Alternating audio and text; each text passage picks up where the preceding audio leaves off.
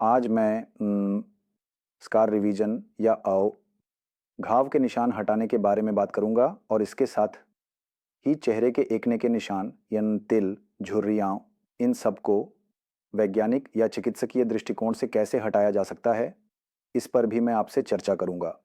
हमारे शरीर के किसी भी दिखने वाले हिस्से पर अगर कोई कट का निशान या पुराना दाग हो तो वह हमारे व्यक्तित्व पर असर डालता है।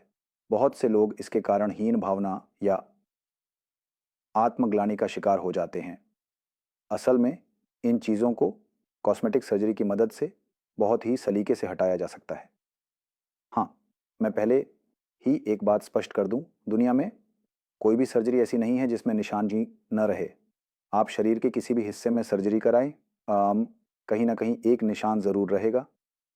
और एकमात्र सर्जरी जिसमें निशान नहीं रहता वह है माँ के पेट में होने वाली सर्जरी, जिसे फीटल सर्जरी कहा जाता है।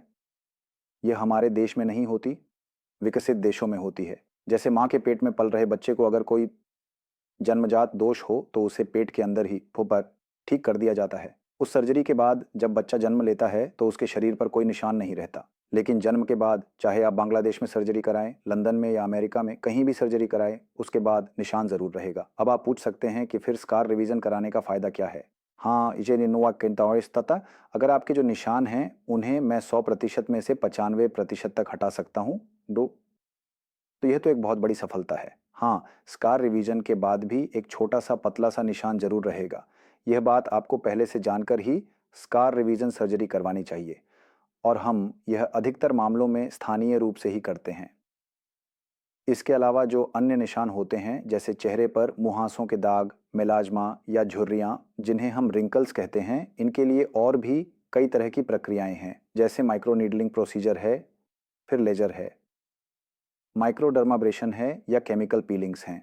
अब यह इस बात पर निर्भर करता है कि आपके दाग की क्वालिटी कैसी है, उसी के अनुसार हम ये विधियां अपनाते हैं।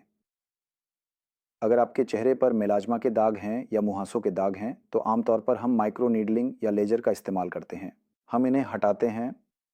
किसी भी मामले में 100% हटाना संभव नहीं है, लेकिन संतोषजनक स्तर तक शायद आपको लाया जा सकता है।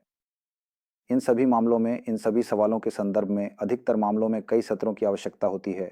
कभी कभी 5 से 8 सत्र भी लग सकते हैं। यह दाग की तीव्रता पर निर्भर करता है।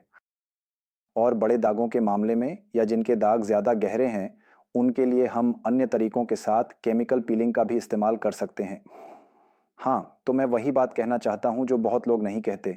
मैं जो कहना चाहता हूँ वह यह है कि किसी भी मामले में शायद 100% हटाना संभव नहीं है ईशी। हाँ, आप इसे संतोषजनक स्तर तक ला सकते हैं। यही इन सर्जरी या इन सर्जिकल प्रक्रियाओं की मुख्य बात है जिसे बहुत लोग नहीं बताते। लेकिन यह भी सच है कि कभी-कभी हमें दो प्रक्रियाओं को एक साथ इस्तेमाल करना पड़ता है, जैसे कि लेजर और अन्य विधियां एक साथ उनके समय पर हम इलाज कर सकते हैं। मुहांसों के दाग हटाने के मामले में इन सभी तरीकों से थोड़ा बेहतर परिणाम मिल सकता है।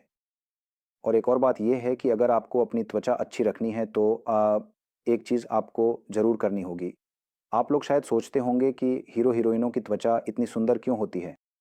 वे जो चीज़ करते हैं देखभाल के साथ साथ, वे कभी भी धूप में नहीं जाते, या अगर जाते भी हैं तो ज़रूर सनस्क्रीन लोशन लगाते हैं, या अगर आग के पास जाते हैं तो भी सनस्क्रीन लोशन लगाते हैं। आपको भी सनस्क्रीन लोशन थोड़ी ज़्यादा मात्रा में लगाना चाहिए, जैसे कि SPF 50+ या 45+ जो लोग इस्तेमाल करेंगे हमेशा इस्तेमाल करें। जब भी धूप में जाएं या चूल्हे के पास आग के सामने जाएं तब लगाएं, इससे आपकी त्वचा बहुत सुंदर बनी रहेगी। और एक और प्रक्रिया है, वह है बोटॉक्स, बोटुलिनम टॉक्सिन, एक तरह का इंजेक्शन जो उन लोगों के लिए है जिनकी त्वचा झुर्रीदार हो गई है और आंखों के कोनों पर झुर्रियां आ रही हैं, चेहरे के किनारों पर भी शायद झुर्रियां आ रही हैं, माथे पर भी झुर्रियां आ रही हैं। इन जगहों पर हम इंजेक्शन देकर उन समस्याओं को दूर कर सकते हैं। हालांकि यह एक अस्थायी प्रक्रिया है, आपको इसका असर 6 महीने से 2 साल तक रहता है, फिर भी इसका परिणाम बहुत अच्छा होता है। धन्यवाद।